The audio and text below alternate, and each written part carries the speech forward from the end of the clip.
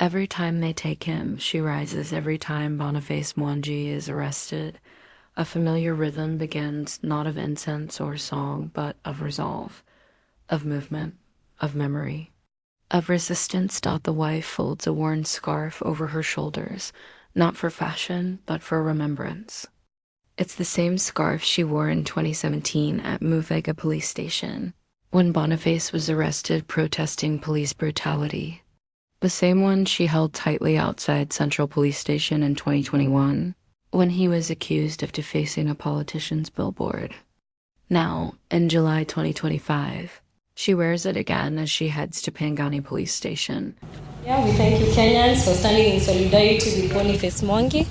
My name is Janja Maina, an advocate of the High Court of Kenya and an advocate in Boniface Mwangi's legal team. We can confirm that Boniface Mwangi was picked from his residence yesterday in Lukenya at around 4 p.m. He was then brought to Nairobi to his office, popularly known as Mageuzi Hub, where the officers had already they had obtained an ex parte order. We are yet to confirm its validity to search his premises at the office. It was exclusive to the office, but we can also confirm that they conducted a search at his residential home in Lukenya, and they carried away a few things. We're going to address that later as we prepare for the court process as well.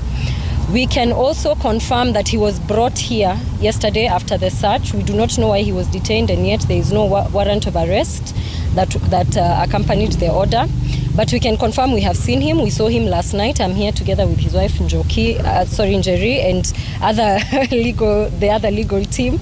And we can confirm he's here. He is in good health. We can confirm he is well. He was also taken away this morning and taken to the DCI headquarters to make a statement. He has confirmed to us he is fine and that there's nothing haphazard that went on there. We have also seen, and it is not lost to us, that there's a statement that was made today on social media by the Department of Criminal Investigations, popularly known as the DCI, that there are items that were picked from his office or wherever it was, namely 2 tear gas canisters and I think a spent bullet.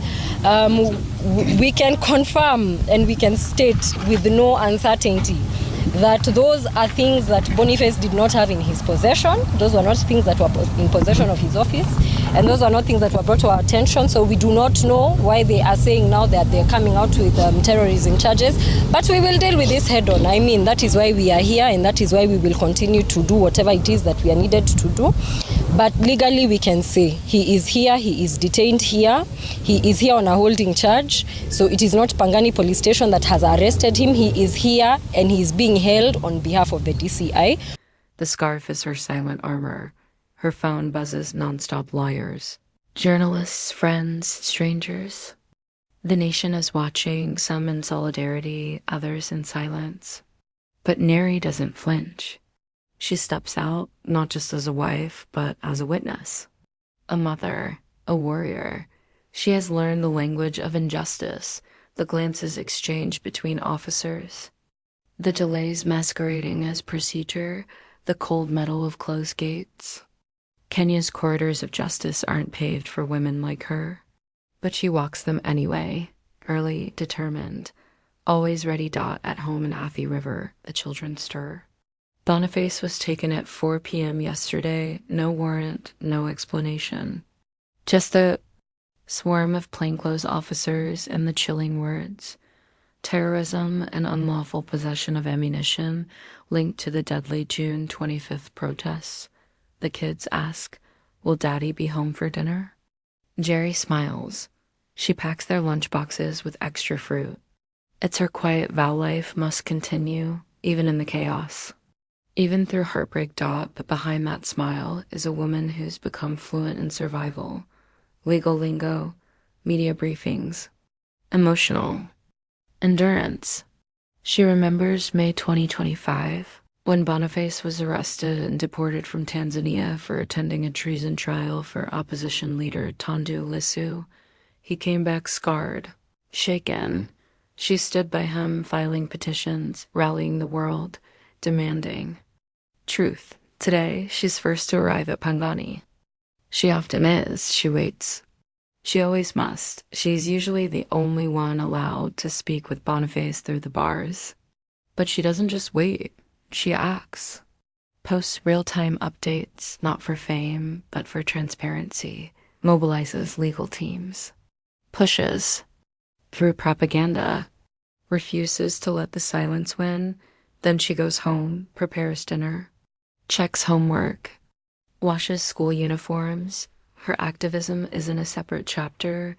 It's woven into her every breath, into every sock she folds, every tear she hides, every truth she speaks. And when Boniface finally walks out hours, days, even weeks later, she's there, not just waiting, but ready to hold him, to speak truth, to march again, to carry the weight of justice inch by inch, because every time they take him, Njeri Mwangi shows up. For her husband, for her children, for Kenya.